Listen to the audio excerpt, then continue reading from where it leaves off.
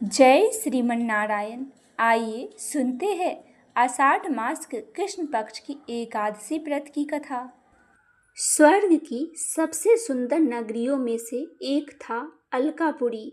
वहाँ के राजा यक्षराज कुबेर थे। वे भगवान शिव के परम भक्त थे और प्रतिदिन विधि विधान से उनकी पूजा करते थे। पूजा के लिए हेम नाम का एक माली प्रतिदिन मानसरोवर से ताजा फूल लाया करता था। हेम की पत्नी का नाम विशालाक्षी था, जिससे वह अत्यंत प्रेम करता था। एक दिन हेममाली मानसरोवर से फूल तो ले आया, लेकिन महल जाने के बजाय अपनी पत्नी की प्रेम में ऐसे डूब गया कि घर पर ही रुक गया। वह अपनी पत्नी के साथ हास्य विनोद और प्रेम में इतना खो गया कि उसे समय का बिल्कुल भी ध्यान नहीं रहा। उधर दोपहर बीत गई और भगवान शिव की पूजा का समय निकलने लगा। राजा कुबेर बेचैनी से फूल आने की प्रतीक्षा कर रहे थे। जब उन्होंने अपने सेवकों को कारण पता करने के लिए भेजा, तो वे लौट कर बोले कि हेममाली अपनी पत्नी के साथ घर पर ही है और इसी कारण समय पर फूल नहीं पहुंचा सका है। यह सुनकर कुबेर अत्यंत क्रोधित हो गए और बोले, अरे कामी नीच, तूने अपनी वासना के कारण देवों के देव महादेव की पूजा में विघ्न डाला है।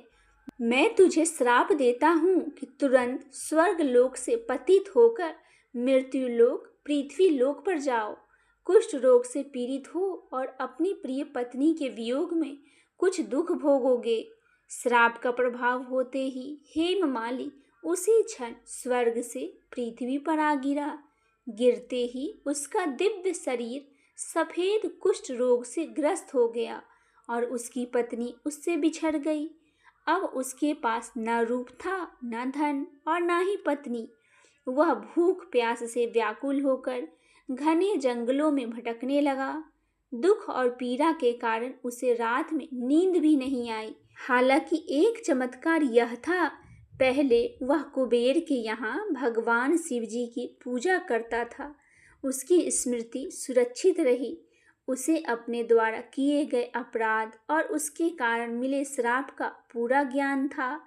एक दिन भटकते भटकते हेममाली महर्षि मार्कंडे के आश्रम में पहुंचे।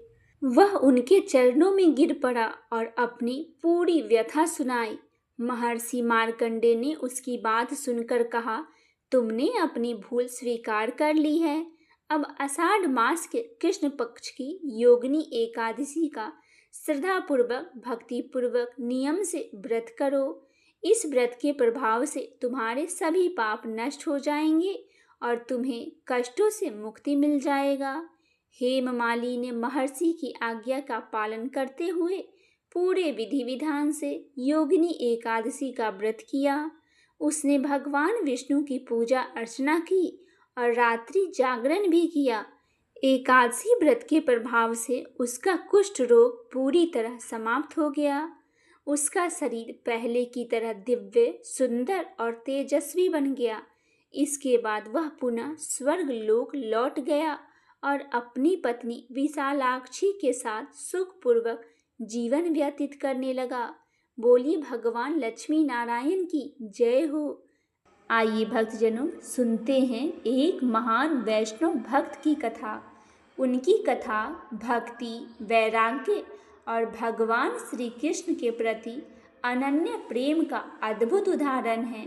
भक्त बेलु मंगल ठाकुर जी की कथा।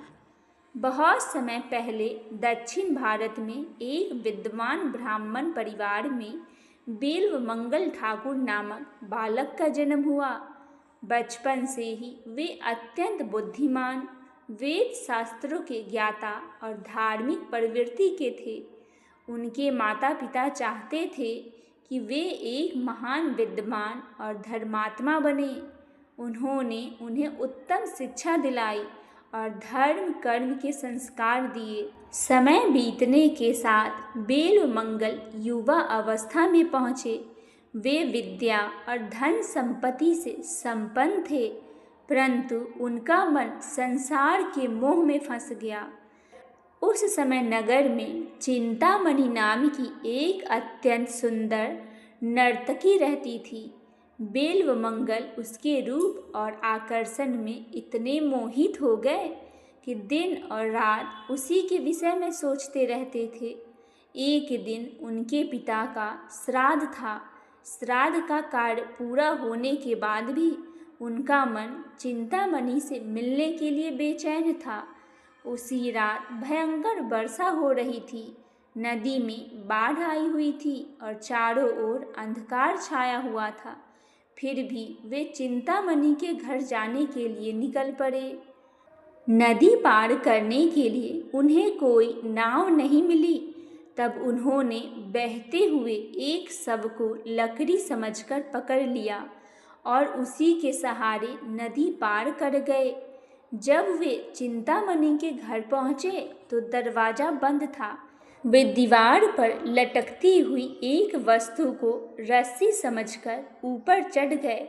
बाद में पता चला कि वह रस्सी नहीं बल्कि एक जीवित सांप था। जब चिंतामणि ने यह सब देखा तो वह आश्चर्यचकित रह गई। उसने कहा, बेल्वमंगल, यदि तुम्हारा यह प्रेम और लगन भगवान श्री कृष्ण के चरणों में होती तो तुम अब तक महान संत बन गए होते। यह वचन बेल्वमंगल के हृदय में बाण की तरह लगा। उन्हें अपनी भूल का एहसास हुआ। उन्होंने उसी क्षण संसार के मोह को त्याग कर निश्चय कर लिया। उन्होंने चिंतामणि को प्रणाम किया और कहा, आज तुम मेरी गुरु बन गई हो। तुमने मुझे सच्चा मार्ग दिखाया है। इसके बाद बेल्वमंगल घर छोड़कर भगवान श्री कृष्ण के भक्ति में लग गए। वे वृंदावन की ओर चल पड़े। मार्ग में वे निरंतर श्री कृष्ण नाम का जाप करते रहते, लेकिन मन के संस्कार इतनी जल्दी समाप्त नहीं होते। एक दिन यात्रा के दौरान उन्होंने एक सुंदर स्त्री को देखा। उनका मन फिर विचलित हो गया। वे उस स्त्री के पीछे पीछे उसके घर पहुंच गए। स्त्री और उसके पति ने उनका सम्मान किया और कारण पूछा। तब बेल्वमंगल को अपनी भूल का एहसास हुआ। उन्होंने सोचा, मेरी आंखें ही मुझे बार बार संसार के मोह में डाल रही है। जब तक ये आंखें बाहरी सौंदर्य को देखेगी तब तक मेरा मन भगवान में पूरी तरह नहीं लगेगा। ऐसा सोचकर उन्होंने पास पड़ी एक नुकीली वस्तु से अपने दोनों नेत्र फोड़ लिए। यह अत्यंत कठोर तपस्या थी। उन्होंने अपनी आंखें भगवान को समर्पित कर दी और कहा, हे प्रभु, अब मैं संसार को नहीं केवल आपको देखना चाहता हूँ। इस घटना के बाद वे पूर्णतः अंधे हो गए, लेकिन उनके हृदय की आँख खुल गई। तब उनके भीतर केवल श्री कृष्ण का स्वरूप बस गया। वे वृंदावन पहुँच गए और वहाँ निरंतर भगवान श्री कृष्ण का भजन करने लगे। कहते हैं, उनकी भक्ति से प्रसन्न होकर स्वयं श्री कृष्ण एक बालक के रूप में उनके पास आने लगे। एक दिन अंधे बेल्वमंगल मार्ग में जा रहे थे। तभी एक सुंदर बालक आया और उनका हाथ पकड़कर उन्हें सही रास्ते पर ले जाने लगा। बेल्वमंगल को उस बालक के स्पर्श से अद्भुत आनंद प्राप्त हुआ। उन्होंने पूछा, बेटा, तुम कौन हो? बालक मुस्कुराकर बोला, मैं यहीं के रहने वाला एक ग्वाला हूँ।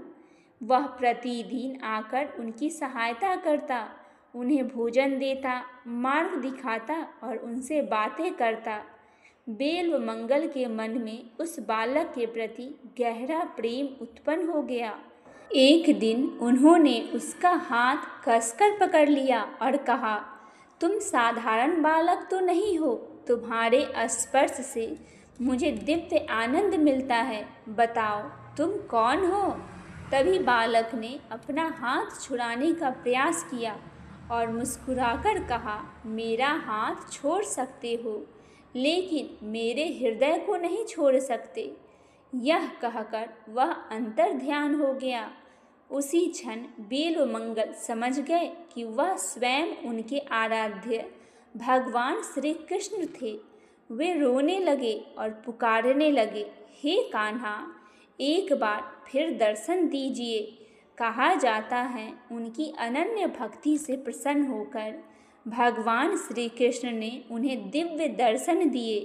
बाहरी आँख न होते हुए भी उन्होंने अपने हृदय में श्री कृष्ण की अद्भुत रूप का साक्षात्कार किया। इसके बाद बेलुमंगल ठाकुर दिन रात श्री कृष्ण की लीलाओं का गान करने लगे। उन्होंने अनेक भक्ति रचनाएं लिखी। उनकी प्रसिद्ध कृति कृष्ण कर्णमृत मानी जाती है, जिसमें भगवान श्री कृष्ण की मधुर लीलाओं का अत्यंत सुंदर वर्णन है। उनकी भक्ति इतनी गहरी थी कि लोग दूर दूर से उनके दर्शन करने आते थे। वे सभी को यही शिक्षा देते थे कि संसार का प्रेम क्षणिक है, परंतु भगवान का प्रेम साक्षात है। जो व्यक्ति अपने मन को भगवान के चरणों में समर्पित कर देता है, उसे जीवन के वास्तविक आनंद प्राप्त होता है। अंततः अपने जीवन के अंतिम दिनों में वे निरंतर श्री कृष्ण नाम का जाप करते रहे। कहते हैं एक दिन भजन करते करते उनका मन पूरी तरह भगवान में लीन हो गया। उन्होंने श्री कृष्ण के दिव्य धाम की प्राप्ति की। संसार का मोह मनुष्य को भटका सकता है। सच्चा गुरु कोई भी बन सकता है, चाहे वह चिंतामणि जैसी स्त्री ही क्यों न हो। भगवान की भक्ति से ही जीवन का रूपांतरण संभव है। बाहरी आँखों से बड़ा महत्व हृदय की आँखों का है। सच्चा प्रेम और समर्पण से भगवान स्वयं भक्त के पास आते हैं। श्री कृष्ण के प्रति अनन्य भक्ति मनुष्य को मोक्ष के मार्ग पर ले जाते हैं। भक्त बेलुमंगल ठाकुर की यह कथा हमें सिखाती है कि चाहे मनुष्य कितना भी भटक जाए, यदि वह सच्चे मन से भगवान की शरण में आ जाए तो उसका जीवन दिव्य बन सकता है। बोलिए भगवान श्री कृष्ण जी महाराज की जय हो। भगवान लक्ष्मी नारायण की जय हो। बोलिए लक्ष्मी नारायण भगवान की जय हो। आइए भक्तजनों, अब हम सुनते हैं भगवान विष्णु जी की आरती। ओम जय जगदीश हरे, स्वामी जय जगदीश हरे। भक्त जनों के संकट क्षण में दूर करे। ओम जय जगदीश हरे, जो ध्यावे फल पावे, दुख बिन से मन का। सुख संपत्ति घड़े आवे, कष्ट मिटे तन का। ओम जय जगदीश हरे, माता पिता तुम मेरे, शरण गहूँ मैं किसकी। स्वामी शरण गहूँ मैं किसकी, तुम बिन और न दूजा, आस करूँ मैं जिसकी। ओम जय जगदीश हरे, तुम्हें पूरन परमात्मा, तुम्हें अंतर्यामी। पारे ब्रह्म परमेश्वर, तुम्हें सबके स्वामी। ओम जय जगदीश हरे, तुम्हें करुणा के सागर, तुम्हें पालन करता। मैं मूरख खल कामी, कृपा करो भरता। ओम जय जगदीश हरे, तुम्हें होए के अगोचर सबके प्राणपति। किस विधि मिलाऊं दयामय तुमको मैं कुमति।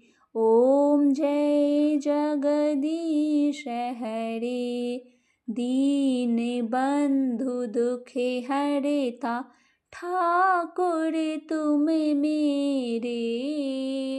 अपने हाथे उठाओ द्वारे पड़ा तेरे।